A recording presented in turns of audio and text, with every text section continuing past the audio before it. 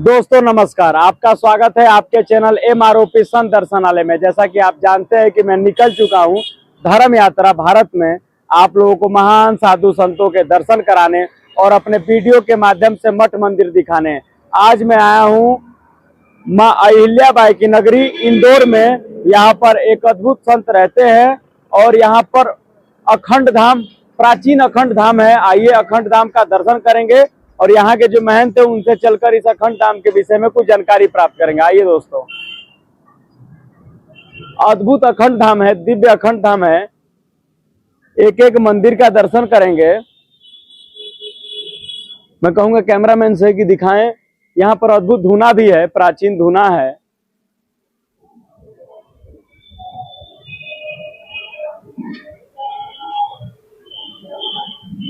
राम जी, सीता जी, लक्ष्मण जी का यहाँ पर प्रतिमा लगी है। अद्भुत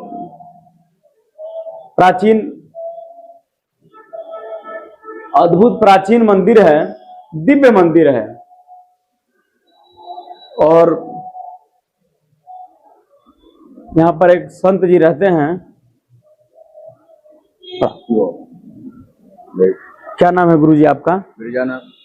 गुरुजी, कितना प्राचीन मंदिर होगा गुरुजी? दिखाओ ना जी गुरुजी। मैं कहूँगा कैमरामैन से, मंदिर है, बहुत ही अद्भुत मंदिर है। और यहाँ पर बहुत सारे संत रहते हैं।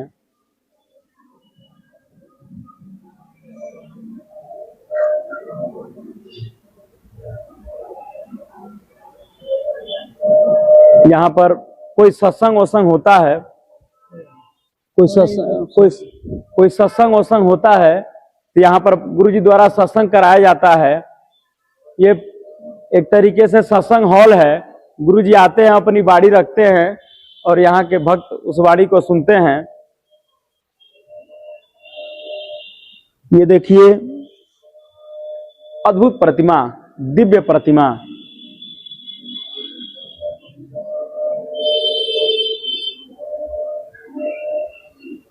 श्री महामंडलेश्वर स्वामी लक्ष्मणानंद जी महाराज, यहाँ पर साधु संतों का प्रतिमा बनी है। कई साधु संत यहाँ पर ब्रह्मलीन हो गए हैं। कई साधु संतों की यहाँ पर समाधियां भी हैं, उन समाधि का भी दर्शन करेंगे।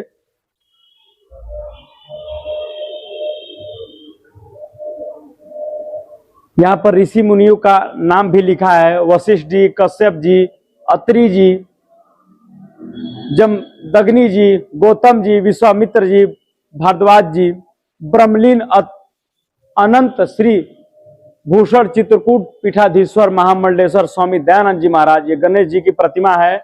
शिव परिवार है, नंदी जी भी विराजमान है। अद्भुत मंदिर, दिव्य मंदिर। यहाँ पर भी ब्रह्मलीन हुए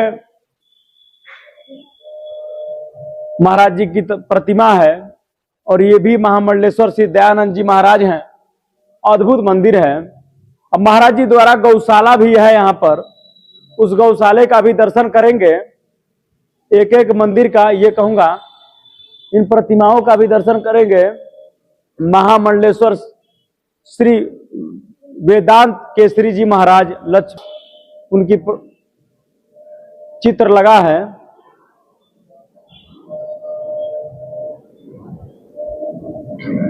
अद्भुत। ये पंचमुखी हनुमान जी का मंदिर है, जो कि सिद्ध मंदिर है। यहाँ पे बहुत सारे भक्त आते हैं दर्शन करने भगवान का। मैं कहूंगा शिवलिंग को दिखाएं। बहुत ही प्राचीन शिवलिंग है, बहुत दिव्य शिवलिंग है। शिवलिंग का आकार देखिए, बहुत ही छोटा आकार है। देखिए, बहुत ही छोटा आकार है। ऐसा शिवलिंग बहुत ही कम देखने को मिलता है। बहुत ही प्राचीन शिवलिंग है, बहुत ही अद्भुत शिवलिंग है। आइए दोस्तों, गौशाले का भी हम लोग दर्शन करते हैं। यहाँ पर गौशाले का भी दर्शन करते हैं। यहाँ के ये महंत पीठाधीश्वर महामंडलेश्वर डॉक्टर स्वामी चैतन्य स्वरूप जी महाराज, संचालक अखंड धाम इंदौर, उनके ये दादा गुरु जी हैं। अद्भुत मंदिर है। ओम नमो नारायण महाराज।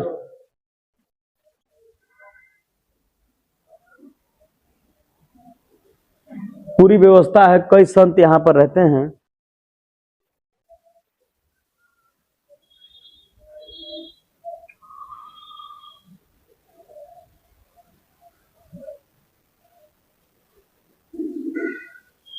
संत निवास, ये संत निवास भी ऊपर है। गौशाला इधर है।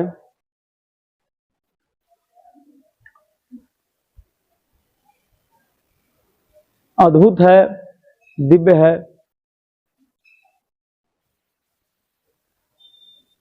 गुरुजी द्वारा गौशाले तन समाधि है। यहाँ पर 3 समाधियां हैं, तीनों समाधि चैतन्य हैं।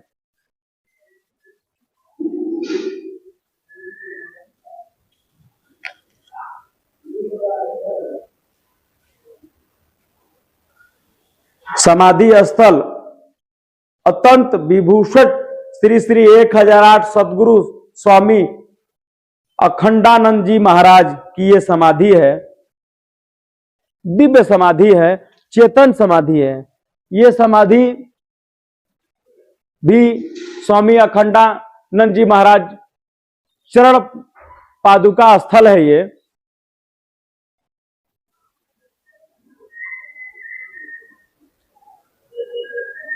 ये समाधि स्वामी सेवानंद जी महाराज श्री नाथूराम नरसिंह जी खालसा, जो ब्रह्मलीन 4/7/1990 में हो गए, उनकी ये समाधि स्थल है।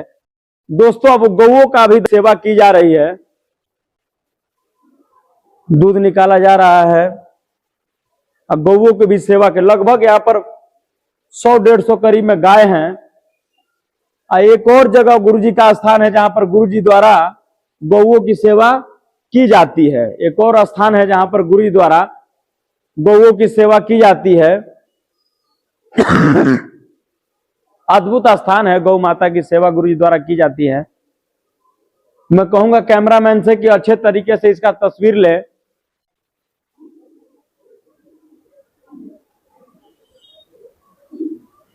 अद्भुत आश्रम, दिव्य आश्रम। यहां आने पर मन शांत हो जाता है, मन से विकार दूर हो जाते हैं। जैसे कि यहाँ के भक्त बताते हैं कि ऐसी ऐसी यहां पर होता है।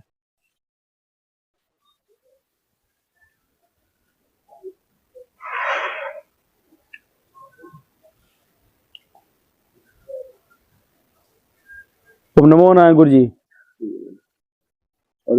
ठीक है गुरु जी। क्या नाम है गुरु जी आपका? हमारा नाम है मुनेंद्र। मुनेंद्र गुरु जी। कितने साल से यहाँ रहते हैं गुरु जी आप? 20-22 साल हो गए। गुरु जी यहाँ 20-22 साल से यहाँ रहते हैं। और गुरु जी संत निवास ऊपर है ना गुरु जी? जी गुरु जी। जी गुरु जी। जी गुरु जी। तो हम लोग संत निवास का भी दर्शन करेंगे, क्योंकि गुरु जी द्वारा संत निवास से लोग बाहर से यहाँ आते हैं। संत निवास बनाया गया है गुरु जी द्वारा। लगभग 50-60 कमरे हैं संत निवास के। ओम नमो नारायण महाराज। क्या नाम है गुरु जी आपका? धर्मेश्वर। कब से यहाँ रहते हैं गुरु जी? हमको अभी तो 3-4 महीने हुए। 3-4 महीने में क्या आपके मन में आया कि आप यहाँ रहने लगे? अब अपने स्वामी जी गुरु जी तो अब उनसे दीक्षा दी, तो अपने गुरु जी पिताजी समान होते हैं। जी गुरु जी। तो अपने उनके साथ में रहे। आपको ये नहीं लगा कि दुनिया में और भी कोई काम करना चाहिए? आप क्यों संत के राह पर चल पड़े? देखो, ऐसा होता है जब दुनिया से परेशान होता है व्यक्ति, जी गुरु जी। तो भगवान की जो शरण में आता है उसे सुख शांति मिलती है। जी गुरु जी। इसलिए कहते हैं कि भाई संत शरण में जाओ। जब संत शरण में जाओगे तो वहाँ जो कहते हैं आश्रम, जी श्रम से जो उसको शांति मिलती है, तब उसे लगता है कि नहीं, संसार से वैराग जब होता है, जब संसार में धक्का खाता है जी। और जब उसके लगता है कि कुछ है ही नहीं, और और ये ऐसा नहीं एक जन्म का, ये और पहले का जो होता है, इसलिए इसको संसार अच्छा नहीं लगता। संसार क्योंकि उसको अंदर है ही नहीं, इसलिए उसको प्रीति नहीं। और बहुत ही अच्छा लगा।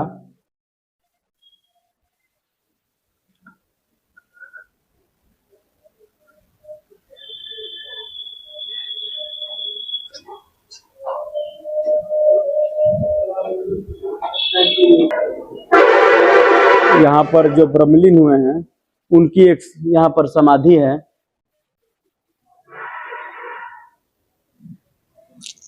अद्भुत समाधि है, प्रतिमा भी है, समाधि की प्रतिमा भी है, समाधि भी है, प्रतिमा भी है, बहुत ही अद्भुत समाधि है दोस्तों। एक मंदिर और है भगवान शिव का।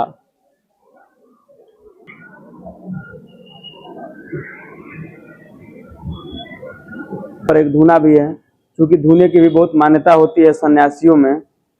और चलकर अब जो यहाँ के महंत हैं उनसे चलकर इस मंदिर और इस प्रांगण के विषय में कुछ जानकारी प्राप्त करेंगे। आइए दोस्तों। गुरुजी ओम नमो नारायण। ओम नमो नारायण। गुरुजी आपका नाम क्या है? महामंडेश्वर डॉक्टर स्वामी चेतन स्वरूप। जी गुरुजी। गुरुजी आपका गुरुजी का नाम?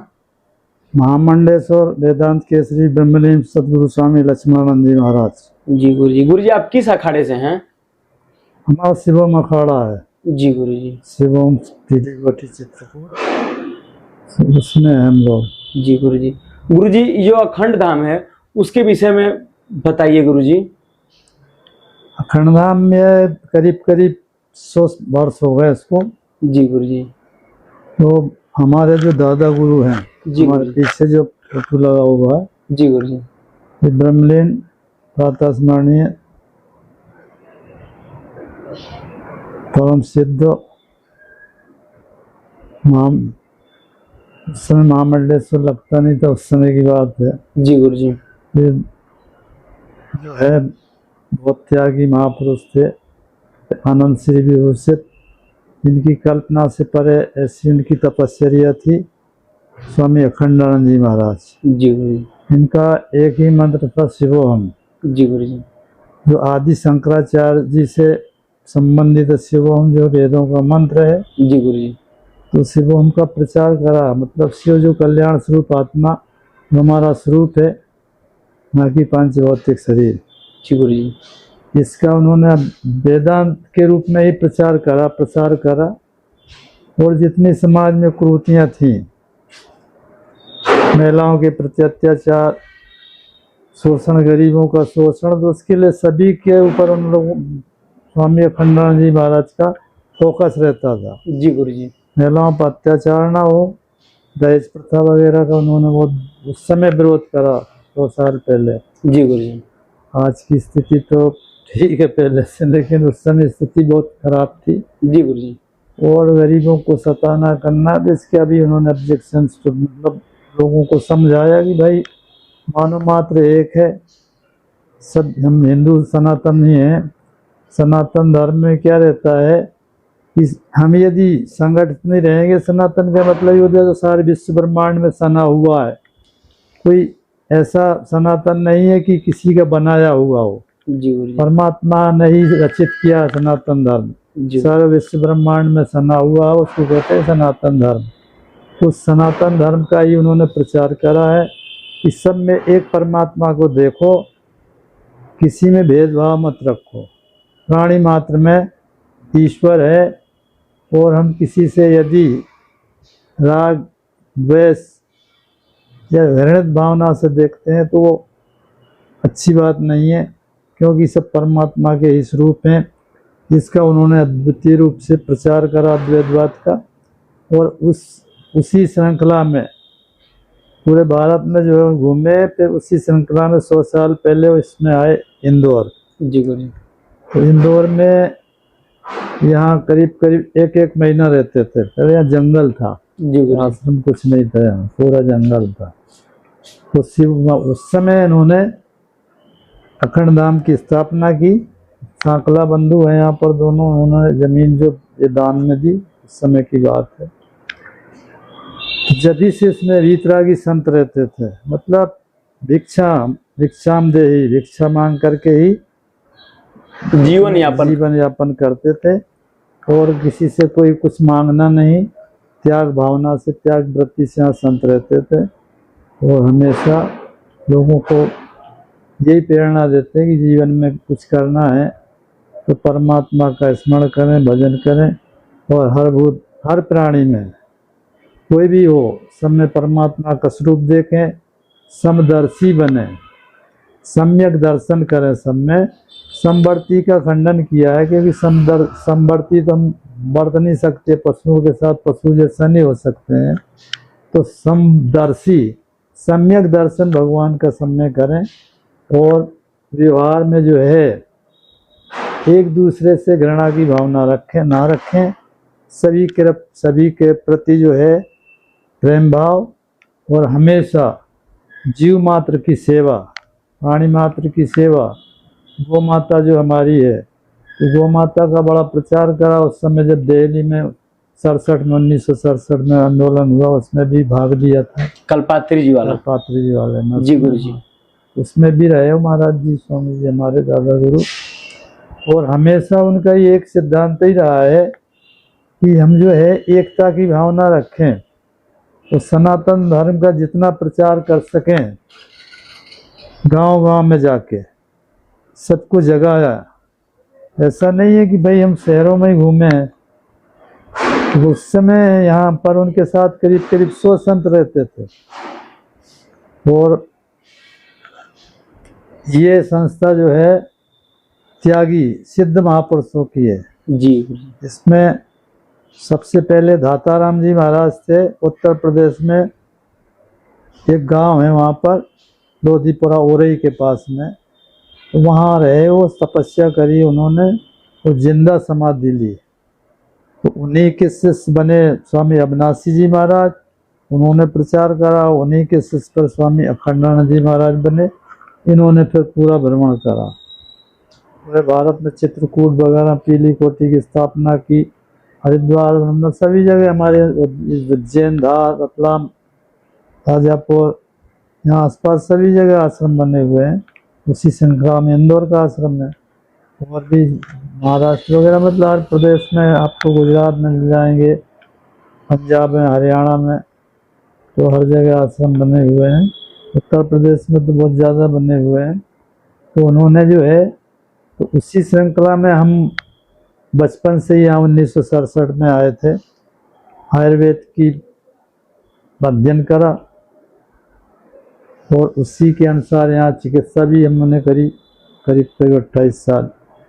और हमारे गुरुजी के सानिध्य में रह करके सेवा कार्य, हमने जन सेवा, शुरू से हमारी इच्छा थी कि भाई दीन दुखियों को फ्री सेवा की जा, चिकित्सा की। उस समय यहाँ कोई चिकित्सालय नहीं थे जब हमने यहाँ चिकित्सा की, बड़े गणपति के आगे ही थे, इधर नहीं थे।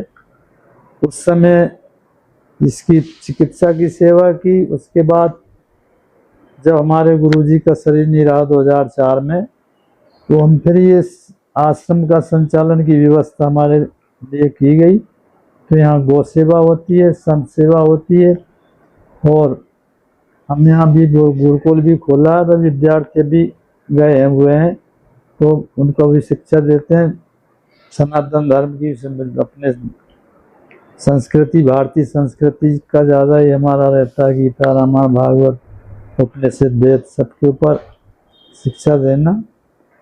और गौ सेवा होती है यहाँ पर, करीब 50 के करीब यहाँ गाय, एक गौशाला में और गुम्मटगिरी के आगे जमोड़ी गांव में वहाँ खोली, वहाँ भी गाय हैं। गौ सेवा भी होती है, बाहर के कोई अतिथि संत आते हैं उनकी सेवा होती है, सभी होता है। और यहाँ ओम नमः शिवाय अखंड जाप चलता है 2004 से, बराबर अभी चलता ही रहता है। यहाँ 20, 25, 30 अभी संत रहते हैं और अभी श्रावण वगैरह में भी हो जाते हैं। अभी 200, 150 संत यहाँ श्रावण के महीने में विशेष रूप से रहते हैं, शुरू से ऐसा होता, बाहर से आते हैं।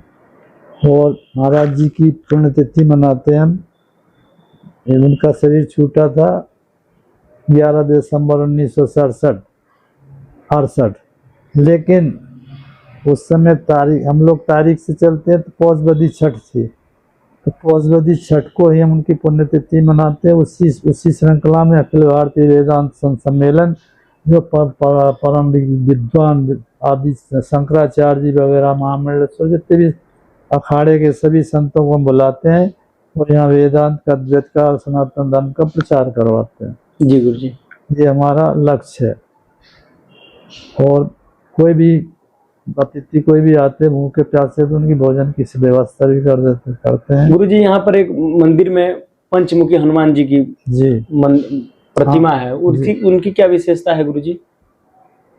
पंचमुखी हनुमान जी की ऐसी विशेषता है कि कोई भी मनोकामना लेके आता है जी गुरु जी, सच्चे मन से तो निश्चित ही पूरी होती है। और ऐसा हनुमान जी का चमत्कार है। जी गुरु जी। और एक छोटे शिव जी हैं, लेकिन वो भी सिद्ध है, क्योंकि वो हम वहाँ बड़े नहीं बैठाते, क्योंकि जब गुरु जी ने इसका स्थापना करी थी वो शायद बड़े तो वो छोटे थे, लेकिन अब वो सिद्ध मूर्ति है, तो इसलिए हम उनकी जगह इधर मंदिर बना है माता जी, वहाँ बड़े शिव जी हैं, लेकिन इनको यहीं रखते हैं। जी गुरु जी, क्योंकि जो एक हमारा ऐसा रहता सनातन में कि जो मूर्ति जो स्थापित हो गई है उसको वहाँ से हटाना नहीं चाहिए। सतवचन जी। हाँ, इसलिए इनको नहीं हटाते। जो भी एक सिद्ध है उन्हीं के उसमें नमस्कार चलता रहता है। जी गुरु जी। और बाकी मंदिर वगैरह है, यहाँ सब पूजा पाठ होता रहता है। गुरु जी, ये जो समाधि है यहाँ पर, उनकी क्या विशेषता है गुरु जी? कितनी समाधियां हैं यहाँ पर? यहाँ पर 3 समाधियां हैं। जी गुरु जी। समाधियां ये है कि भाई कोई भी हमारे राहु केतु दोष वगैरह जो भी रहते हैं तो इनके दर्शन मात्र से दूर हो जाते हैं। जी गुरु जी। तो समाधि क्या रहती है, संतों की जो सिद्धि होती है वो पूरी समाधि में स्थापित रहती है।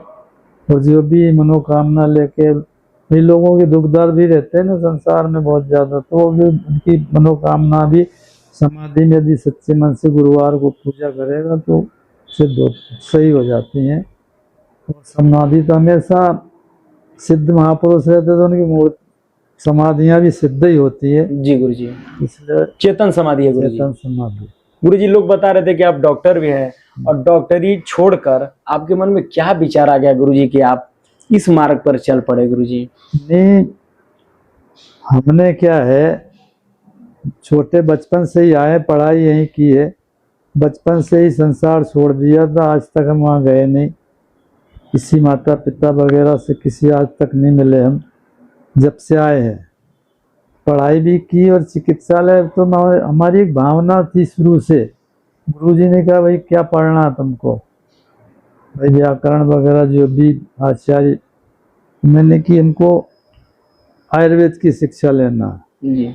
शुरू से थी कि जन कल्याण, गरीबों की कैसे सेवा की जाए, जो बड़े दुखी रहते उस समय चिकित्सा की बड़ी परेशानी होती थी। तो ये सेवा भावना के मान से हमने चिकित्सा को अपनाया और इसका अध्ययन किया और लोगों की सेवा भी की। तो ये गुरु जी की आज्ञा लेके और हमने संन्यास जीवन में ही पढ़ाई की, हम बचपन से ही आ गए थे। जी गुरु जी। इसलिए छोड़ तुम बचपन से ही, जी गुरु जी, सब छोड़ परिवार छोड़ दिया है और परिवार से आज तक कोई संबंध नहीं है।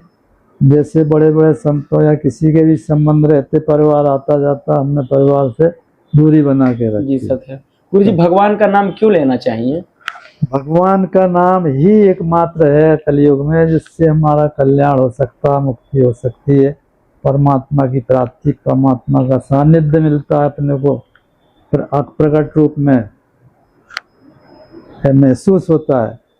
इसलिए यदि हम ध्यान साधना करते हैं, परमात्मा की जो साधना करेंगे तो मन में एक प्रकार की जो शांति अशांति होती है, आज मनुष्य मात्र प्राणी मात्र में जो है अशांति फैली हुई है, ऐसा कोई व्यक्ति नहीं जिसके अंदर शांति हो। तो भगवान का नाम ही लेने से हमको शांति मिल सकती है। तो ज्ञान, कर्म और भक्ति और ज्ञान 3 है, पहले कर्म फिर भक्ति। तो भक्ति कर्म तो यह है कि हमारे जो पूर्व के हमारे जो जो भी हमने कुछ भी हमसे कर्म हो गए हैं तो कर्म कांड से उसको खत्म करना। और उपासना, उपासना एकमात्र साधन है परमात्मा का सानिध्य, परमात्मा की ध्यान भजन अपना उपासना सेवा करना पूजा करना। उससे हमारे मन के जितने विकार हैं सब मिट जाते हैं और मन बिल्कुल शांत हो जाता है। हमारी जितनी भी तकलीफें होती हैं वो सारी दूर हो जाती हैं परमात्मा की साधना करने से, ध्यान करने से, पूजा करने से। इसलिए भगवान का सानिध्य, भगवान के सेवा पूजा बहुत जरूरी है मनुष्य मात्र को। क्योंकि कलयुग में कलयुग केवल नाम आधारा सुमर सुमर नर उतरे पारा।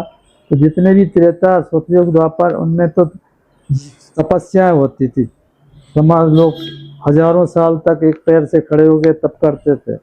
अब कलयुग में इतनी आयु नहीं है मनुष्य की, इसलिए कलयुग में एक विशेष साधन दिया कि केवल भगवान का नाम स्मरण मात्र से उसका कल्याण हो जाएगा। इसलिए भगवान का नाम लेना बहुत जरूरी है। बगैर भगवान के नाम लिए हमारा जो उद्धार होने वाला नहीं है। गुरुजी असली सुख क्या है?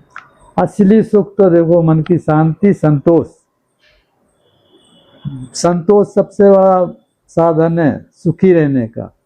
जो हमको प्राप्त हुआ परमात्मा की कृपा से, दया से, जो भी हमको प्राप्त है उसमें हम संतुष्ट रहें, बिल्कुल किसी प्रकार की कल्पना नहीं की भी। और भगवान श्री कृष्ण का कर्मण्य वाधिका रस्ते माँ फलेसु कदाचन, कर्म करोगे तो फल में दूंगा। कर्म प्रधान विश्व रच राखा, जो जस करे सो तस फल चाखा। तुलसीदास जी ने रामायण में लिखा है कि जैसे कर्म करोगे ऐसा फल मिलेगा। तो ये जो है कर्म प्रधान शरीर है, तो इसमें हम अच्छे कर्म करें, गरीबों की सेवा करें, कोई दीन दुखिया उसकी भी सेवा करें, भगवान की सेवा करें और अपने परिवार में सभी से प्रेम से रहें। क्योंकि परिवार विखंडित क्यों होते हैं? परिवार में अशांति है, शादी हो गई तो अलग अलग हो जाते हैं। जबकि हमारा सनातन धर्म ऐसा कहता है कि संयुक्त परिवार रहेगा तो सुखी रहेगा। हिंदू धर्म का यही नियम है। हम यदि संगठित रहेंगे, संघे शक्ति कलौ जुगे, कलयुग में शक्ति ही ताकत है। हम यदि हिंदू संगठित रहेंगे, सनातनी संगठित रहेंगे तो हमारा कोई भी बाल बाका नहीं कर सकता दुनिया में, कोई भी ना मुस्लिम, ना हम तो ऐसे मुस्लिम आए तो उसी से हैं, लेकिन अब उनका जब धर्म अलग मानते हैं तो फिर हिंदुओं को संगठित भी रहना चाहिए। सत्य। जब हम संगठित नहीं रहेंगे तो मार खाएंगे। जगह जगह जो हिंदुओं को आतंकवादी भेज रहे हैं, पाकिस्तान जो भी भेज रहे हैं, तो वो एक किसके लिए भेज रहे हैं? हमारे सनातन धर्म को खत्म करने के लिए, अपना वर्चस्व बनाने के लिए। तो मुस्लिम जो है ऐसा, हम उनकी किसी की निंदा नहीं करते, फिर भी हिंदू धर्म के लिए जो कोई घातक होगा उसकी हम निंदा करेंगे। सत्य। हमारे सनातन धर्म पे चोट करेगा कोई तो उसके लिए हम लड़ने को तैयार रहेंगे। जी गुरुजी। गुरुजी परोपकार करने से क्या मिलता है गुरुजी? परोपकार करने से देखो अपने मन में एक शांति बहुत बड़ी मिलती है, सबसे बड़ी। तो बाकी जो फल मिलता है वो तो मिलता है, परमात्मा देता है, लेकिन अपने आप में बड़ी शांति मिलती है। परोपकार, किसी का उपकार कर देते हैं तो वो बड़ा, सामने वाला भी खुशी होता है। जब वो खुशी होता है तो हमको शांति मिलती है कि देखो हमारे थोड़े से उपकार से इसको कितनी तकलीफें दूर हो गई। तो परोपकार बहुत जरूरी। पर यत सरस धर्म नहीं भाई, पर पीड़ा सब नहीं अदमाई। भगवान ने कहा पराय सेवा जो है दूसरे का हित के समान, सेवा के समान संसार में कोई धर्म नहीं है।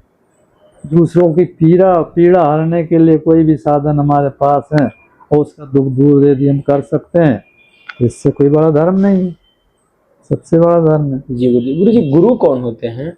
गुरुदेव को होते हैं जो गुरु क्या है, जिस प्रकार से कुम्हार होता है तो घड़े को गढ़ता है तो चोट भी मारता है और उसको सहायता मतलब हाथ भी लगाता है। तो गुरु पहले तो हमको गढ़ता है, उस योग्य बनाता है कि हम किसी का कुछ कल्याण कर सकें कुछ भी। तो गुरु जो है अपना गुरु शिष्य नहीं बनाता, गुरु ही बना देता उसको। जी। गुरु जो है शिष्य नहीं बनाता है, गुरु शिष्य को अपना स्वरूप गुरु ही बना देता है। तो गुरु के समान दूसरा कोई संसार में, इसलिए गुरु ब्रह्मा गुरु विष्णु गुरुदेवो महेश्वरा गुरु साक्षात परब्रह्म तस्मै श्री गुरुवे नमः। ध्यान मूलम गुरु मूर्ति, पूजा मूलम गुरु पदम, मंत्र मूलम गुरुर्वाक्यम। गुरु के वाक्य हमारे लिए मंत्र है। मोक्ष मूलम गुरु कृपा, मोक्ष भी हमको गुरु की कृपा से ही मिलता है। सारे अंधकारों को मिटा दे गुरु, प्रकाश की ओर ले जाए, संसार की मोह माया से हटा दे मन को, मन में शांति ला दे, वो गुरु। गुरु जी, कलयुग में कौन सा मंत्र का जाप करना चाहिए? अब देखो, ये हमारे यहाँ ये कहा गया सनातन में कि जिसकी ये पाबंदी नहीं लगाई, आप चाहे हनुमान जी का नाम लीजिए, चाहे राम जी भगवान के, शंकर भगवान, किसी का भी नाम लीजिए, परमात्मा सब में एक है। ऐसी भावना से माया माँ दुर्गा का, तो साधना आप किसी भी करेंगे सब परमात्मा के नाम ही हैं, जो अलग अलग दिखाई देते हैं लेकिन हैं सब एक। हम ऐसी भावना से जाप करेंगे, मंत्र का जाप करेंगे, तो इससे कल्याण होगा हमारा। गुरु जी, संतों की संगत क्यों करनी चाहिए और संतों का संगत से क्या लाभ होता है? देखो, संतों की संगत नहीं करेंगे तो हमारी बुद्धि कभी सुधरेगी नहीं। बगैर संतों के आपको जीने का रास्ता, संसार में कैसे रहना है, कैसे जीना है, कैसा व्यवहार करना, ये संत सिखाते हैं हमको। तो संतों का सानिध्य इसलिए जरूरी है कि बगैर संत के हमारा मनुष्य जीवन असफल है, क्योंकि संतों के संग से ही सत्संग मिलता है। बिन सत्संग विवेक न हुई, राम कृपा बिन सुलभ न सोई। भगवान की कृपा होती जब भी संत मिलते, संत मिले तो हरि मिले, अंतस रही न एक, मनसा वाचा कर्मणा साधु साहब एक। संत मिल गए तो परमात्मा मिल गए। जी। संत परमात्मा को मिलाने का माध्यम कौन है? गुरु, वही संत। तो संत का सानिध्य बहुत जरूरी है। बगैर संतों के सानिध्य में रहे आपका कल्याण नहीं होगा। और व्यवहार में, परमार्थ में, दोनों व्यवहार में भी आपको संत की जरूरत पड़ेगी। कैसे व्यवहार कैसे करना, किसको कैसे मानना, ये संत ही सिखाते हैं। इसलिए संतों की बहुत ज़रूरत है। यदि समाज में संत नहीं होंगे तो हमारा समाज जो है विघटित हो जाएगा, अलग अलग अपने रास्ता नाप लेंगे, क्या किसको करना कोई रास्ता नहीं दिखेगा, तो मतलब समाज ही खंडित हो जाएगा। इसलिए गुरु की ज़रूरत बहुत आज से नहीं है, सनातन से गुरु की आवश्यकता रही है। बगैर गुरु के कल्याण होता नहीं है। व्यवहार में भी गुरु की ज़रूरत है। व्यवहार में कैसे चलना, कैसे किसी के साथ क्या व्यवहार करना है, गुरु सिखाते हैं आपको, संत सिखाते हैं। गुरु जी, जो पहले के साधु संत हैं वो माई रखते थे अपने साथ में, वो मतलब आजकल के जो संत है वो सन्यासी जीवन व्यतीत करते हैं। नहीं, पहले भी सन्यासी थे, जैसे ऋषि सनत कुमार वगैरह जो ऋषि थे वो परम सन्यासी ही थे, लेकिन ऋषि परंपरा थी। जी गुरु जी। तो क्योंकि जब सृष्टि की उत्पत्ति हुई तो ये जितने भी ऋषि थे उनको सब उन्होंने दक्ष प्रजापति की जो कन्याएं थी सबको उनके साथ एक एक के सब विवाह किया गया, इसको संसार को बढ़ाने के लिए। तो वो ऋषि परंपरा थी और ऋषियों की ही हम संतान है। जब हर समाज में कोई ना कोई अपना वो लगाता सरनेम ऋषियों की, तो ऋषियों की संतान है। तब उसमें वैसे कोई रखे हो या ऋषि बन जा तो आज का ऋषि दिखते नहीं है, लेकिन सन्यासी हैं। बैरागी जो भी हैं तो बैरागियों में गृहस्थी रहते हैं, जैसे उदासीन आत्मा रहते हैं जिसमें सिंधियों वगैरह में, तो उसमें सब परिवार रहता, पति पत्नी सब है, वो मतलब धर्म का प्रचार करते हैं, तो उन्हीं को ऋषि मान लो। ये ऋषि परंपरा थी पहले, संन्यास परंपरा थी। तो दोनों जब जिसको जो अच्छा लगे, तो एक संन्यास त्यागमय जीवन था। ऋषि परंपरा में गुरु के माध्यम से गुरुकुल में शिक्षा देना, बच्चों को राजों को शिक्षा देना, समाज को शिक्षा देना, ये ऋषियों का काम था। और परमहंस सन्यासी तो जो थे वो त्याग सिखाते हैं, भाई त्याग वृत्ति से रहो। हमारे अंदर काम क्रोध लोभ जो हमारे शत्रु हैं उनसे बच के रहो, विवेक से काम लो, वैराग्य की भावना हो, त्याग की भावना हो, ये सन्यासी सिखाते हैं। और ऋषि मुनि जो ऋषि थे वो अपने को समाज में कैसे कैसे समाज को चलाना है ये ऋषि करते थे। तो वो मतलब वही आजकल अब सब संत ही तो कर रहे हैं, और ऋषि भी समझ लो उसमें है, जिनकी पत्नियां रखते हैं बहुत से, तो ऋषि मान के चलो।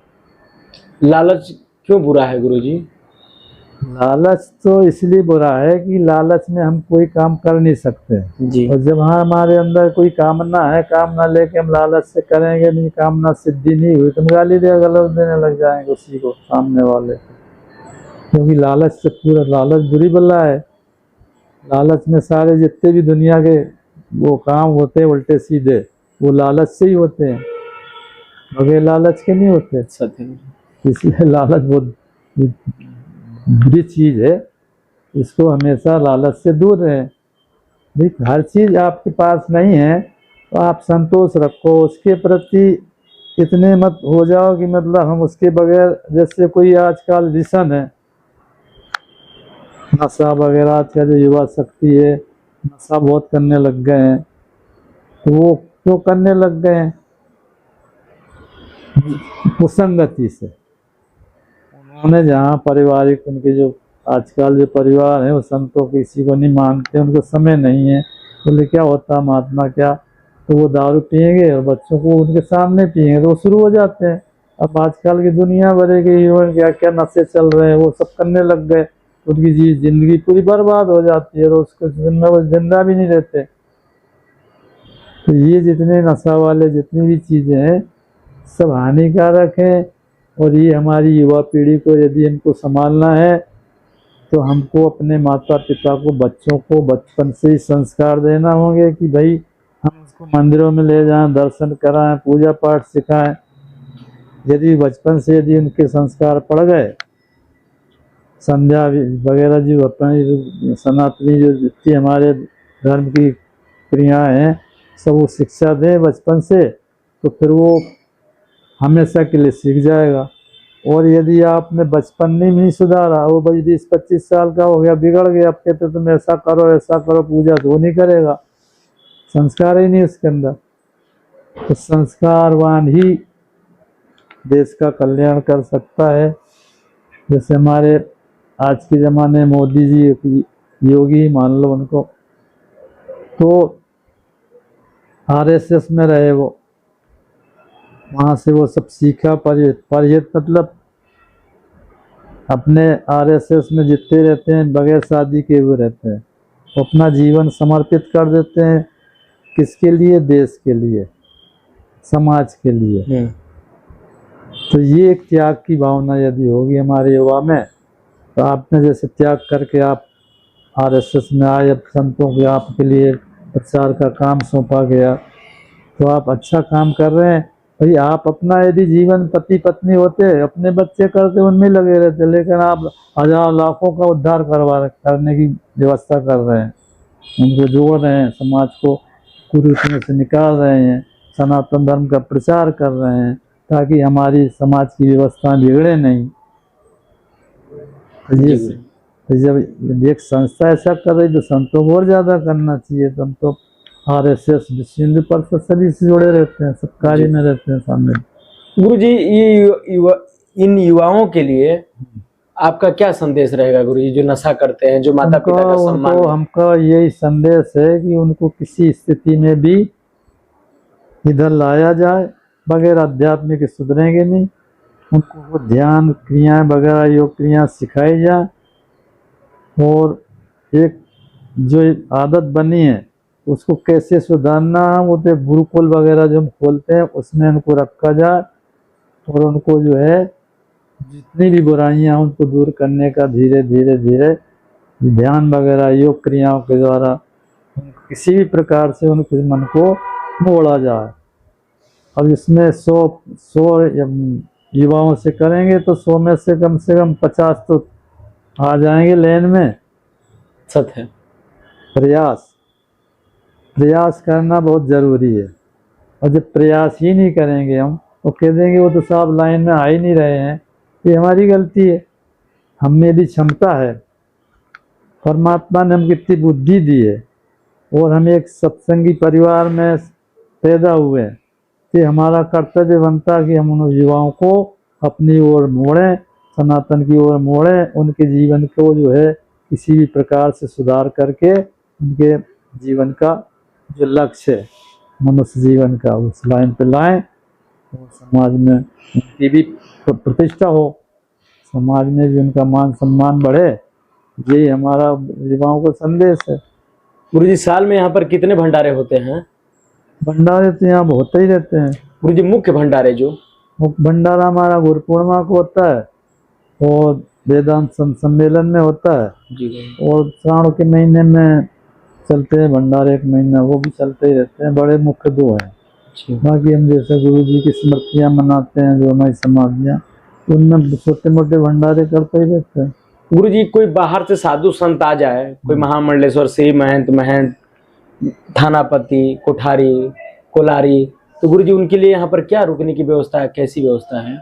कमरे बने हुए हमारे जी, कमरों में रखते हैं, उनकी बराबर सेवा करते हैं, भोजन तो सारी जितने दिन रहना चाहे रहते हैं, आखिरी में उनको भेंट विदाई देके उनको साथ सम्मान विदा करते हैं।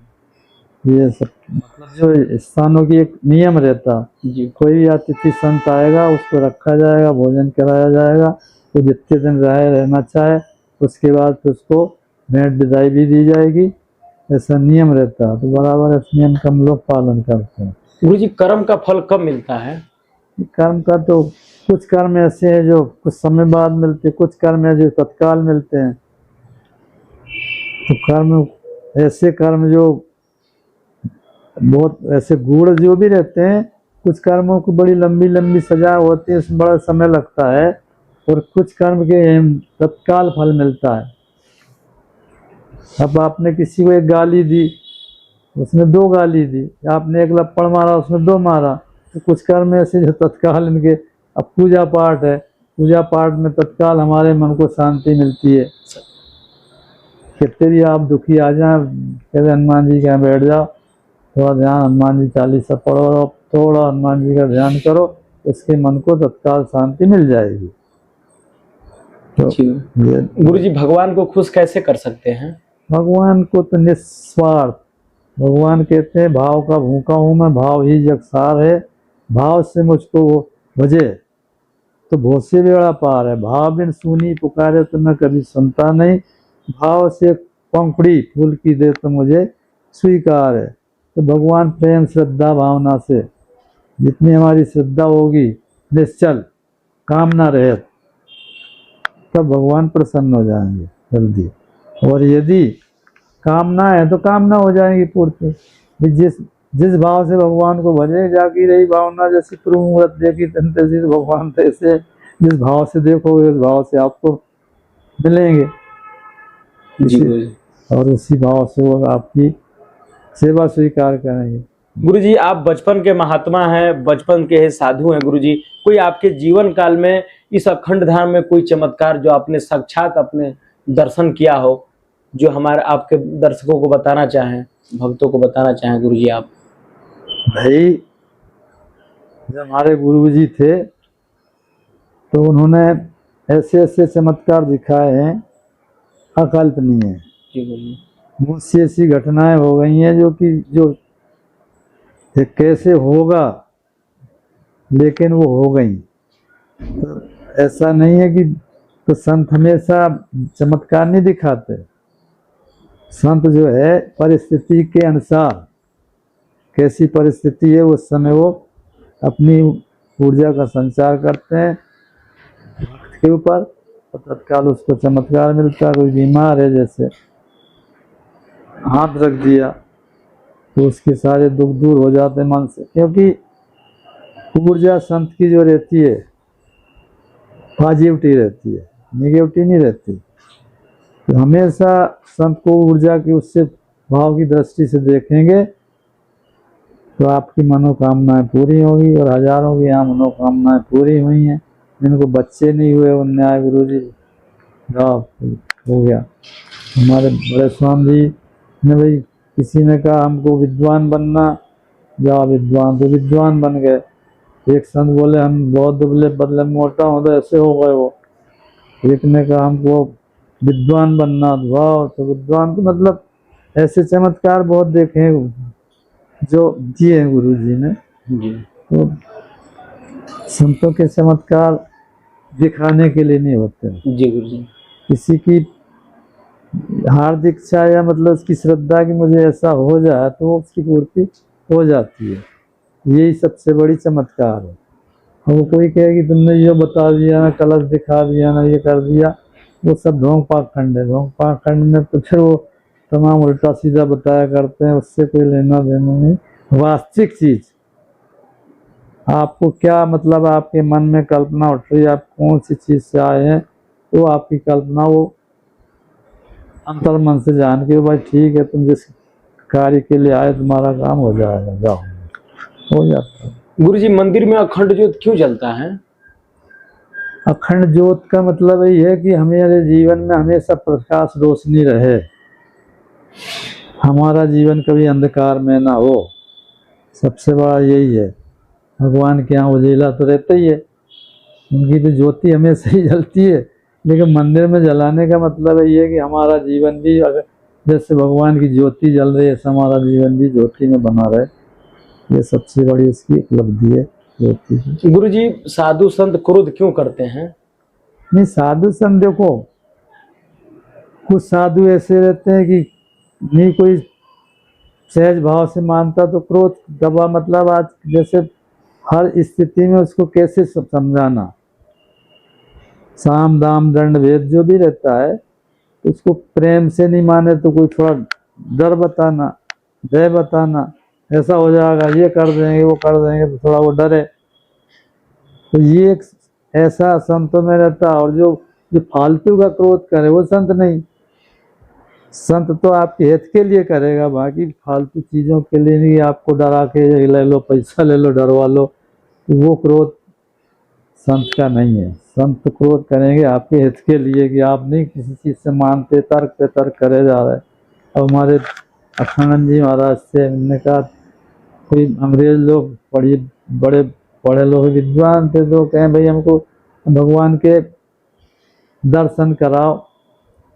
भगवान भाई गुरु जी ने कहा देखो, भगवान अनुभूति के विषय है, भगवान ऐसे कुछ हमारे चर्म चक्षुओं से दिखाई नहीं देंगे, अनुभूति होगी परमात्मा की। और आत्मानुभूति होती तभी आपको ज्ञान होता है, समाधिस्थ होते हैं। तो उन्होंने कहा भाई हमको आंख से दिखाओ। जी गुरु जी। कैसी होती है अनुभूति? बोले केवल अनुभूति विषय अनुभव का है। जी गुरु। कान से सुन ले हम कैसी, नाक से सूंघे, भी तर्क दे रहे थे। हाँ, तो उन्होंने कहा भी जैसे गूंगा होता उसको गुड़ खिला देते हैं, उससे पूछोगे तो बताएगा नहीं, तो कहेगा मुझे जो आनंद आ रहा है बस मुझे आ रहा है। सत्य गुरु जी। हाँ, तो वो नहीं माने। अब संत थे, एक डंडा दिया, उनने लकड़ी रखते थे। जी गुरु जी। हाँ, वो कभी ऐसा भी शिष्यों को नहीं मानते, तो फिर ऐसे एक दीते रहे, महाराज कैसे तुमने डंडा मार दिया, इतना दर्द हो रहा, मैं परेशान, बहुत तकलीफ हो गई। तो बोलिए मुझे आँख से दिखाओ। जी गुरु जी। कैसा है दर्द? जी गुरु जी। पागल हो गए क्या? आँख से दिखता है क्या दर्द? जी गुरु जी। तो बोले कान से सुन लो। बोले कान से थोड़ी सुनाई देता है। जी गुरु जी। बोले भैया नाक से सूंघ लो। बोले कोई सूंघने का विषय है वो, दर्द है वो। तो बोले भैया यही समझा रहा था कि जिसको आत्मानुभूति होती, परमात्मा की अनुभूति होती है, वो कहने सुनने का विषय नहीं है, अनुभूति का विषय, वाणी से परे है वो। जी गुरु जी। अब जैसे दर्द है तुमको, अब दर्द क्यों नहीं दिखाई दे रहा? तुमको हो रहा, अनुभूति हो रही दर्द की। जी गुरु जी। तो कभी कभी उसको लाइन पे लाने के लिए एक उदाहरण दिया जाता है। जी गुरु जी। कि भाई अनुभूति क्या है? जी गुरु जी। अनुभूति ऐसा विषय है कि आपके मुंह से, आप वाणी से वर्णन नहीं कर सकते। परमात्मा के तो ये नहीं कह सकते कि ऐसे परमात्मा है, ये ऐसा होता, हमको ऐसा लगता, नहीं, वाणी से परे। इसको परमात्मा की अनुभूति कहते हैं, आत्मानुभूति कहते हैं। उसी का परमात्मा का दर्शन समझ लो। फिर उसी से। गुरु जी आप कभी कुंभ मेला में भी जाते हैं आप? गुरु जी कुंभ मेला में स्नान करने से क्या पुण्य मिलता है? कुंभ में मिलने से देखिए, जैसे हमारे जीवन में जितने पाप रहते हैं, वैसे तो संतों का तो काम है। देखो, जब गंगा जी अवतरण हुई, जी गुरु जी, भगवान ने कहा भाई तुम सबके पाप हरण करोगी जी तो फिर वो गंगा जी बोली जब सबके पाप मैं लेती जाऊंगी तो मेरे पास से पाप ही पाप रह जाएगा, मेरा क्या होगा, मेरे पाप कौन लेगा। मैंने सबके लिए। जी गुरु जी, भगवान ने कहा देखो हम समझाते हैं, तुम्हारे नहीं रहेंगे। बोले फिर हमारे पाप कौन लेगा। जी गुरु जी, बोले जो संत महापुरुष भगवान के भक्त आएंगे, जो नहाएंगे, वो पाप तुम्हारे सब पे चले जाएंगे। जी गुरु जी, फिर बोले उनके पाप कौन लेगा। उनकी जो निंदा करेगा, चुगली करेगा, गाली गलौज करेगा, वो पाप उनके यहाँ चले जाएंगे। जी गुरु जी, तो बोले गंगा जी भी फ्री हो गई, संत भी फ्री हो गए। अब उसके लगे वो दुष्टों को। तो इसलिए हम वहाँ गंगा जी में स्नान करते हैं, उसमें तो हमारे जो पाप कम सब धुल जाते हैं। और वो महापुरुषों को तो लेना ही है, जी गुरु जी, उनके लेना दुष्टों को। तो बस यही फल है, हमारा जीवन उज्ज्वल होता है, हमारे जितने दुष्कर्म सब खत्म हो जाते हैं। मतलब हमारी जो वृत्तियाँ रहती हैं दुनिया भर की अशांत, वो सब पाप कर्म धुल जाते हैं। जी गुरु जी। गुरु जी क्या विचार है आपके अंदर कि आप गौ सेवा करते हैं, क्या विचार उत्पन्न हुआ? देखो, गौ माता हमारी, गौ ही ऐसी है जो जिसको हम मोक्ष की मार्ग दिखाती है। बेतरणी पार कराने का भी गौ पूजन करते हैं हम। जी, तो गौ जो है सारे दुखों को हरण करने वाली, उसके दूध में इतना गुण है, सारी बीमारियों से रहित पवित्र दूध होता है जो गौ का दूध पीते हैं। जी, और हमारे गाय पूजनीय क्यों है? भगवान ने संसार में इसलिए तो दिए, उत्पत्ति की है गौ माता की कि तुम क्या है जन कल्याण की। जो गौ पूजा करते हैं उनका उद्धार ही होता है। भाई उनने कहा गो नरक में कौन पार लगाएगा, बेतरणी पार कौन लगाएगा? बोले गौ माता। जी, तो गौ माता भी इनको पार लगाती है, हमारे जीवन को उज्ज्वल करती है। जी, हमको दूध भी देती है, बच्चे भी देती है, जी गुरु और जी, गोबर देती है जिससे हमारे खेतों का और भी हम जलाने का भी काम में लेते हैं, दवाइयों में भी काम लेते हैं। वो मूत्र से सबसे, उसका मूत्र भी पवित्र होता है, वो सभी पवित्र होता है। गुरु जी जैसे आप बता रहे कि गौओं में इतना गौमूत्र ऐसा होता है, गोबर भी काम आते हैं, गौ माता में 34 करोड़ देवी देवता विराजमान है। लेकिन गौओं की स्थिति देखिए, आज रोड पर गौ माता घूम रही हैं, कोई गंदगी खा रही, कभी कूड़े में पड़ रही। गुरु जी तो उस गौओं को आप क्यों नहीं अपने आश्रम में लेकर आते गुरु जी? नहीं तो अब अपने तो अब यहाँ तो हम जितनी मिलती है हम रखते ही है ना। जी गुरु जी, जितनी जगह अब ये तो यहाँ भी गौशाला बड़ी बड़ी और खुली है, सभी रखते हैं, जी गुरु सभी जी, सेवा कर रहे हैं। तो आप इस क्षेत्र में तो आपको कहीं को जो है आपको घूमती हुई दिखेगी नहीं।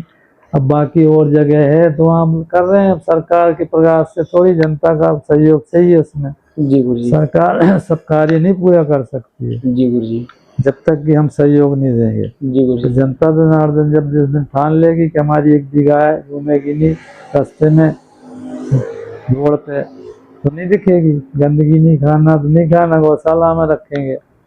ये हमको अपने सनातन धर्मियों को, हिंदू समाज को जगाना है कि भाई अपनी गौ की सेवा करो, जी जो भी आपसे जितना भी बन सके करो। तो थोड़ा थोड़ा, यदि भाई सबने भगवान श्री कृष्ण तो गोवर्धन उठाया ही था, लेकिन ग्वाल वालों से तुम भी लकड़ी लगा लो थोड़ा।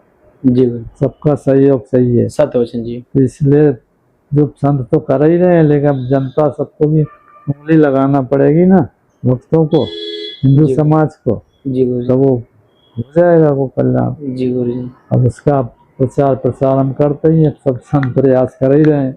लेकिन आज समाज जो है थोड़ा उल्टा चल रहा है। जी गुरु जी, अब युग का हिसाब भी है योग का, लेकिन उसको संतों को ही लाना पड़ेगा उनको लाइन पे, और तो कोई ला नहीं सकता। गुरु और संत, तो वही गुरु, संत भी वही गुरु होते हैं, तो वही ला सकते हैं और वही उसका उद्धार कर सकते हैं। जी गुरु जी। गुरु जी एक शंकराचार्य जी द्वारा कहा जा रहा है कि राम मंदिर की प्राण प्रतिष्ठा जो हुई है वो अधूरी रह गई है, इस पर आप कुछ कहना चाहते हैं गुरु जी? नहीं, देखिए शंकराचार्य जी का अलग सिद्धांत है, वो अपने उससे चल रहे हैं, जी गुरु जी। लेकिन जो हुई है वो सब शास्त्रों के अनुसार हुई है, उसमें कोई गड़बड़ी नहीं हुई है, जी गुरु जी। इसलिए हम उसको गलत नहीं मानते हैं। जी गुरु अब शंकराचार्य जी के खुद के विचार हैं, अब उनसे तो हम भिड़ नहीं सकते हैं, सत्य है जी। उनके विचार हैं। जी हर व्यक्ति पिंडे पिंडे मतिर भिन्न, हर आदमी की बुद्धि अलग चलती है, जी गुरु जी। तो हर जगह जहाँ कुछ मतलब के सहयोगी हैं तो उसके विरोधी भी हैं, जी गुरु जी। तो अब उनकी दृष्टि में वो नहीं है तो भी नहीं है, हम उसका हमको ना मतलब शंकराचार्य जी का अपन कुछ वो नहीं कर सकते, लेकिन हमारे विचार में तो सही है, वो सही हुई है, हम खुद गए थे वहाँ पर। जी गुरु जी। लेकिन अब शंकराचार्य जी के लिए हम ये कह सकते हैं कि भाई आपको हिंदू धर्म सनातन के आप मुखिया हैं, जी गुरु जी। तो आपको उसका विरोध नहीं करना चाहिए, जी क्योंकि आप विरोध करेंगे तो जनता में उसका विपरीत प्रभाव पड़ता है जाता है, इसलिए हम उनसे प्रार्थना करेंगे कि भाई आप भी जी गुरु इसका विरोध ना करें। जी गुरु जी। बस गुरु जी, जो माने कि हम लोग के यहाँ जो बड़े बड़े मठ हैं, बड़े बड़े मंदिर है, जैसे बद्रीनाथ, केदारनाथ, गंगोत्री, यमुनोत्री, ये सरकार के अधीन क्यों है गुरु जी? इस पर साधु संत अपनी क्यों नहीं बात रखते हैं गुरु जी? पहले तो ये राजा महाराजा देखते थे, उस समय की व्यवस्थाएं करते थे, जितने बनवाए भी बड़े बड़े मंदिर राजाओं ने ही बनवाए, तो उसकी व्यवस्था वैसे चली आ रही है। जब वो राजा खत्म हो गए तो सरकार राजा हो गई, जी गुरु जी। तो इन लोगों ने व्यवस्था संभाल ली, जी गुरु जी। तो इसलिए वो अब उस हिसाब से चला रहे हैं वो। लेकिन संतों के बगैर नहीं चलती व्यवस्था, तो संत को मान लो आपने ट्रस्ट कमेटी बनाई जो संतों को रखिए बड़े बड़े, जी जी गुरु जी। ताकि वो व्यवस्थित संत अपने जो भी कमियां रहती है वो संत पूरा करवाती रहेंगे। जी। तो संतों का रहना उसमें जरूरी है, भाई सरकार चला है अब, जब जी गुरु जी। शुरू से चली महाराज पंडित जी। जी गुरु जी। हाँ। तो सरकार चला है, लेकिन उसमें संतों को और विद्वान पंडितों को उसमें कमेटी में रखना चाहिए, ताकि विधिवत मंत्रों का जो है तीर्थों का जी गुरु जी। उनका व्यवस्था चलती रहे, उसमें किसी प्रकार का दोष नहीं लगे, और मतलब किसी प्रकार का जो हम कहते हैं कि तीर्थ में ये हो रहा वो नहीं होना चाहिए। जैसे आजकल कहते पिकनिक मनाने जा रहे हैं केदारनाथ, तो भगवान शिव का देखो प्रकोप, जितने वहां जा रहे थे, जितने वो बने थे सब बह गए, भगवान मन उनके कितना बड़ा सिला आ गया था जी गुरु जी। केदारनाथ में, सत्य है गुरु जी। और रक्षा की, तो परमात्मा ने मंदिर की रक्षा की, बाकी जो दुष्ट होगा वो सब बहा दिया गुरु जी। तो भगवान सब जब देख लेते हैं कि ज्यादा अति हो गई, तो फिर वो अपना चमत्कार दिखाते हैं। हाँ गुरु जी, इस अखंड धाम के विषय में कुछ और आप बताएंगे गुरु जी दर्शकों को, इसकी विशेषताएं, ये जो गुरुकुल चलती है उसकी विशेषताएं, क्या यहाँ पर कोई फीस भी लिया जाता है गुरुकुल में किसी बच्चे को एडमिशन कराने पर गुरु जी? फ्री गुरु जी। फ्री सेवाएं देते हैं हम, और किसी से कोई वो नहीं लेते हैं शुल्क, और जो भी कार्य होते हैं हमारे निःशुल्क होते हैं। जी गुरु जी। लेकिन वो चलते भक्तों के आधार पे, क्योंकि हम लोग तो वो नहीं कर सकते व्यापार धंधा। जी गुरु जी। तो जो भी कार्य चलते हैं भक्तों के आधार पे चलते हैं, तो भक्त देते हैं और अपन की सेवा करते हैं। जी गुरु जी। भाई संत जो है, संत तो कोई कमाई करते नहीं, वो तो धर्म का प्रचार कर रहे हैं। अब उनमें जो धार्मिक जो है लोग हैं, संपन्न है, जो ऐसे लोग से उसमें सहयोग करते हैं, तो संस्थाएं चल रही हैं, उसके आधार पे चलता रहता है। क्योंकि हमारे यहाँ इसमें कोई दुकान नौकान ऐसा हमारे यहाँ कोई नहीं है जो कि स्थायी कमाई हो। जी गुरु जी। ये तो भक्तों के आधार पे हमारे कहते थे आकाश वृत्ति वाला आश्रम है। जी गुरु जी।